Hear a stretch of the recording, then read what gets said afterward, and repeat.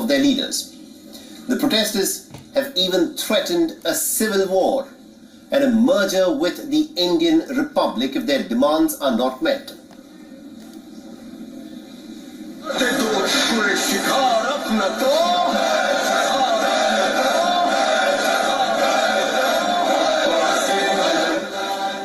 In some pretty dramatic scenes that were witnessed in Gilgit-Baltistan, thousands of people in fact took to the streets after prayers at a local mosque. Where the anti-government slogans were raised, calls were made to smash the doors of Kargil.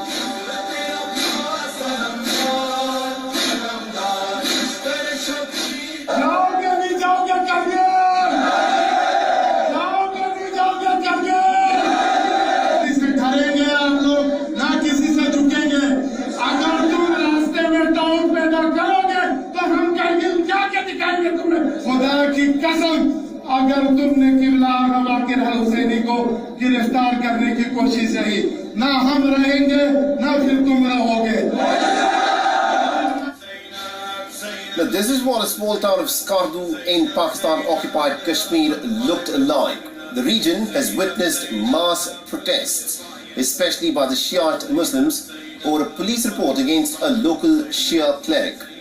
The discontent is also over the blasphemy bill and other laws which has been made even more stricter and are being used selectively against minorities with impunity. The town of Skardu is just about 100 kilometers from Kargil in the Indian territory. The two regions in fact share a lot of similarities in ethnic demography. Most people here in fact follow Shia Islam, and it is also the majority religion in the Gilgit-Baltistan region. The Gilgit-Baltistan region is in fact among the most backward in Pakistan-occupied Kashmir, despite being endowed with plenty of natural resources. But this part remains extremely backward and ignored, and the locals have blamed a complete indifference on behalf of the Pakistani administrators.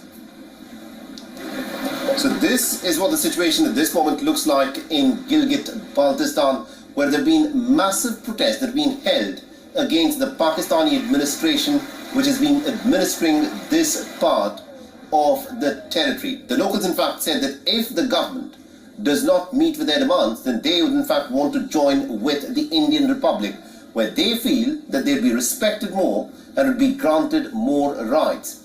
Thousands upon thousands of people in fact took to the streets. They demanded that the Pakistani administration should come to its senses, and they also said that it is important that their rights be respected.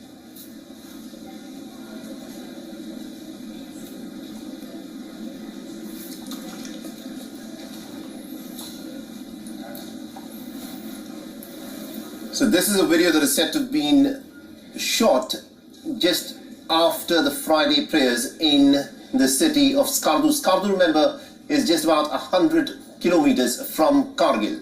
And many of these demonstrators in fact said that they would march to Kargil if the Pakistani administrators do not listen to their demands.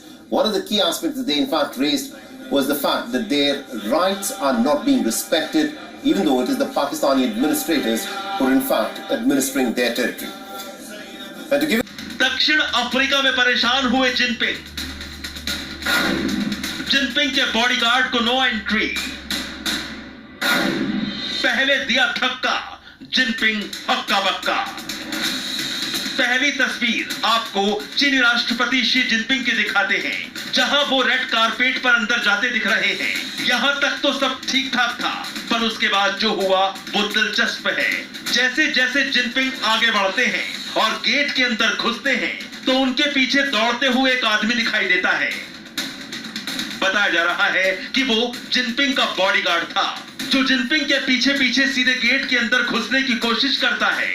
मगर जैसे ही वो ऐसा करता, वहां मौजूद दक्षिणी अफ्रीकी सुरक्षा कर्मियों ने उसे रोक दिया और वहीं रुक जाने का इशारा किया.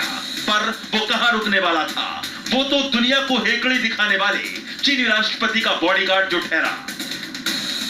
रोके जाने के बाद भी वो जबरन अंदर घुसने की कोशिश करता है, जिसके बाद दक्षिण अफ्रीकी सुरक्षा कर्मियों ने उसे धक्का देकर पीछे किया. इसके बाद भी वो गेट तक आ जाता है, जिसके बाद दोनों में हाथापाई हो गई. मगर अपने से ज्यादा ताकतवर के आगे कौन टिका? दिखने में बाहुबली अफ्रीकी सुरक्षाकर्मी उसे ढकेल देता है और दरवाजे को बंद कर देता है। इस बीच आगे बढ़ते जिनपिंग को पीछे चल रही झड़प का एहसास हुआ और पीछे मुड़कर देखने लगे, मगर तब तक गेट बंद हो चुका था और जिनपिंग वहां अकेले खड़े रह गए। उनके चेहरे पर परेशानी साफ झलक रही थी। थोड़ा चलने के बाद उन्होंने एक बार फिर पीछे देखा, पर गेट बंद था और वो दबे पांव आगे चलने लगे। थोड़ा चलने के बाद वो रुक गए। गेट एक बार फिर थोड़ा खुलता है और फिर वो पीछे मुड़कर देखते हैं, पर कोई भी हॉल के अंदर नहीं आया। ये देखकर जिनपिंग थोड़े और परेशान दिखे और बेतहाशा आगे बढ़ गए। इस पूरे प्रकरण पर सोशल मीडिया अपने ढंग से चटकारे ले रहा है, जहां हर कोई ये कह रहा है कि रेड कारपेट पर ही जलील हो गए जिनपिंग।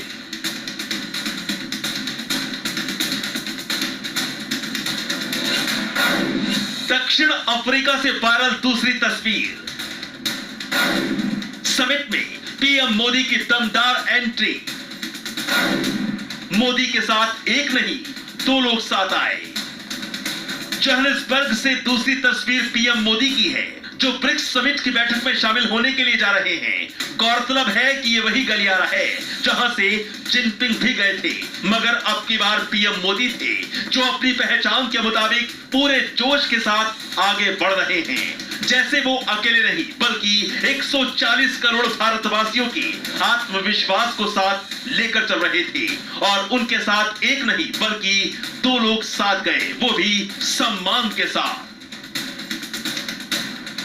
इन दोनों तस्वीरों की खूब चर्चा हो रही है, जिसे लोग अपने अपने तरीके से देख रहे हैं। साफ है, ये तस्वीर दोनों देशों की पहचान और वैश्विक छवि को दर्शाती है। जहां चीन को लेकर संदेह भरा नजरिया है, तो वहीं भारत को लेकर एक विराट और भरोसेमंद देश होने का।